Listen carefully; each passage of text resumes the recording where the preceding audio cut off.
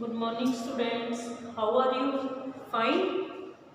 अच्छा, यह ध्यान है कि हमने लास्ट वीडियो में क्या किया था। I think we have completed chapter 17 and that was stars and the solar system.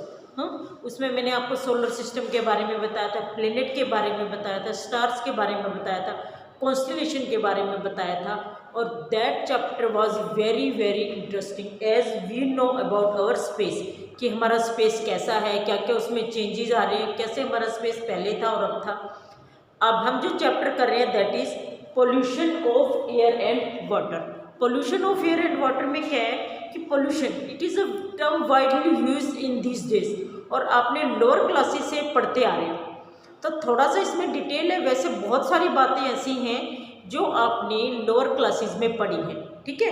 तो today we will start about pollution of air and water. तो सबसे पहले तो जैसे हमने देखा है, have you seen Taj Mahal in Agra? अगर हम 30 या 40 ईयर्स पहले की बात करें तो it is made up of white marble. और अगर हम 30 या 40 ईयर्स पहले की बात करें तो वाइट बहुत सुंदर हुआ करता था। और ख़ास तौर पे जब फुल मून डे होता था तो उसके मून में बहुत ज़्यादा इसमें शाइनिंग आती थी। लेकिन अब थोड़ा सा येलोइश हो गया है, कुछ कुछ इसका जो कलर है वो चेंज हो रहा है। हाँ, तो वो क्यों हो रहा है वो सब मैं आपको बताऊंगी। इसके अलावा आपको ये बताना है कि अब पहले आप पानी जो पीते थे, हम मतलब आज से 40 साल पहले की बात करें, 50 साल पहले की बात करें, कहीं भी टैप चल रहा है हम वहाँ जाते थे और बड़े आराम से पानी पी लेते थे। हमारे जो एल्डर्स थे बड़े आराम से पी लेते थे। लेकिन अब अगर आपके घरों में भी टैप वाटर आता है तो उसमें भी आप फिल्टर लगवाते हो, आरओ लगवाते हो, एक्वागार्ड लगवाते हो, पता नहीं क्या क्या चीज़ें यूज़ करते हो। तो हम इट मीन्स हमारा एयर और वाटर दोनों ही पोल्यूटेड हो गए हैं। तो क्यों पोल्यूटेड हो गए हैं? सबसे पहले तो हम बात करेंगे एयर पोल्यूशन की। एयर पोल्यूशन क्या होता है? Any undesirable change in the physical, chemical और बायोलॉजिकल एक्टिविटी ऑफ एयर। मतलब जो हमारी एयर की पहली प्योरिटी थी उसमें कोई फिजिकल, केमिकल या बायोलॉजिकल चेंज आ जाए तो that is called as air pollution. And that change is not fit for living organism. Living beings के लिए वो फिट ना हो, that is called as air pollution. दूसरे लैंग्वेज में हम कह सकते हैं एडिशन ऑफ अनवांटेड सब्सटेंस, ऐसे substance which are not useful for us, that is called as unwanted substance.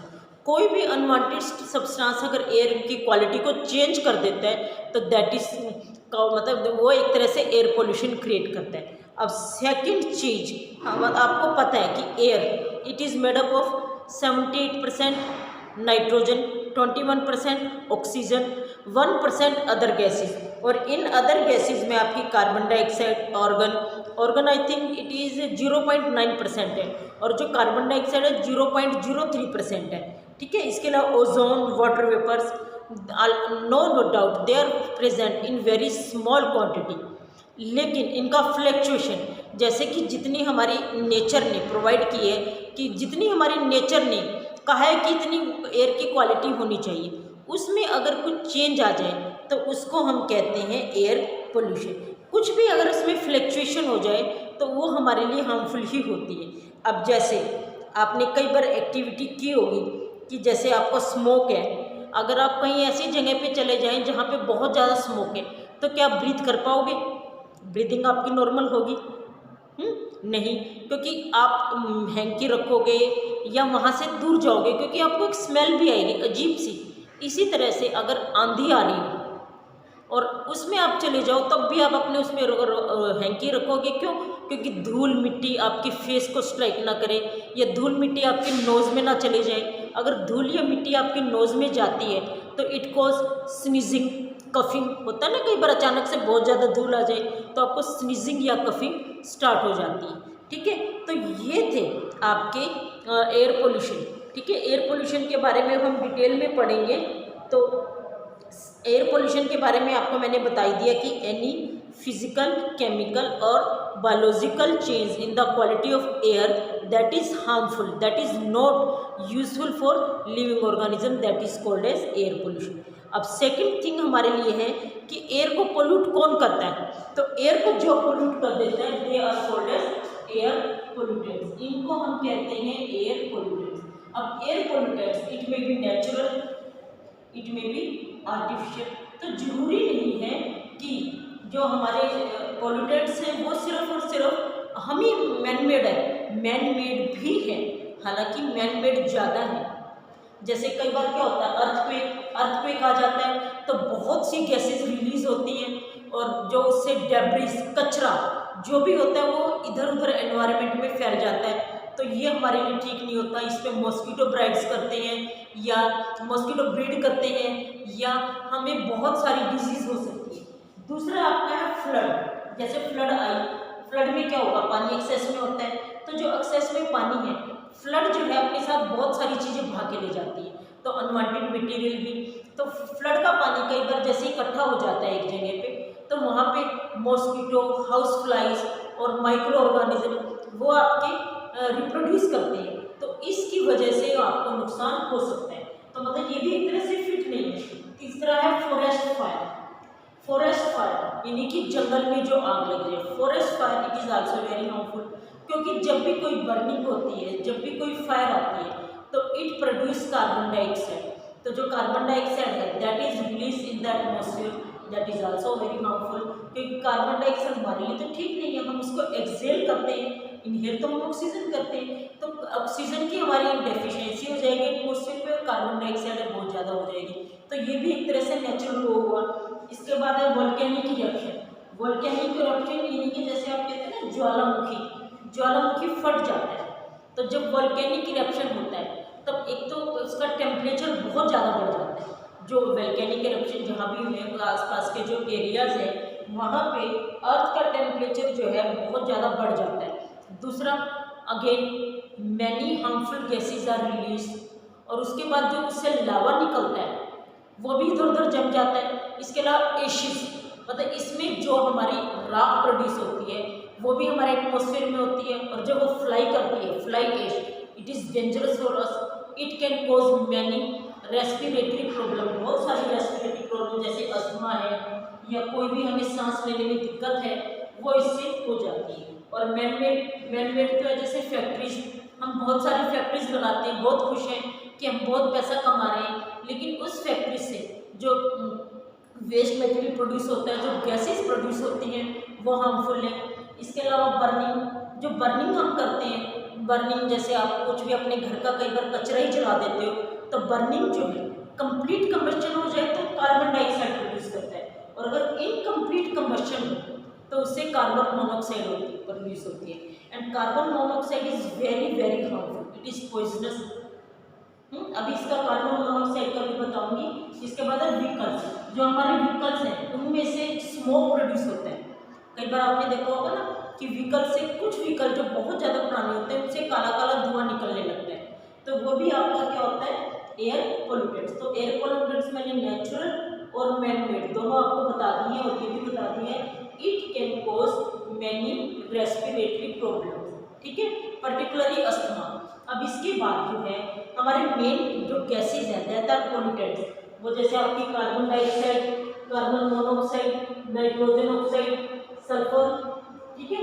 अब इसमें क्या होता है, कार्बन डाइऑक्साइड जब भी बर्निंग होती है, मैंने अभी भी बताया था ना कि बर्निंग से आपकी कार्बन, अगर आपकी कंप्लीट बर्निंग हो जाती है तो it will produce carbon dioxide, और अगर इनकम्प्लीट बर्निंग होती है तो it will produce carbon monoxide, ठीक है। अब जो कार्बन मोनोऑक्साइड है, कार्बन डाइऑक्साइड तो फिर भी चलो it was use by plants, carbon dioxide तो फिर भी प्लांट्स यूज कर लेते हैं या कार्बोनेट के फॉर्मेशन में यूज हो जाती है, लेकिन जो कार्बन मोनोऑक्साइड है it is very very poisonous gas. जो कार्बन मोनोऑक्साइड है उसका क्या काम है, हम जैसे ऑक्सीजन इनहेल करते हैं तो ऑक्सीजन जो है हमारे ब्लड से पूरी बॉडी में फैलता है, और जो हमारे ब्लड में एक पिगमेंट प्रेजेंट होता है that is called as haemoglobin.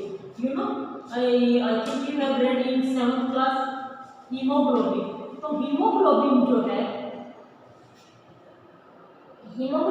है वो क्या करता है, वो मतलब ऑक्सीजन के साथ रिएक्ट करता है and it will form oxy haemoglobin. जो हीमोग्लोबिन होता है, देखो ये आपका है हीमोग्लोबिन। तो तो जो हीमोग्लोबिन है it combine with oxygen and form oxy haemoglobin, और ऑक्सी हीमोग्लोबिन करवा लेने के बाद ये ब्लड से हमारी पूरी बॉडी में जाता है और हमारे ब्लड में टिश्यू को, सेल्स को, सबको ऑक्सीजन प्रोवाइड करता है।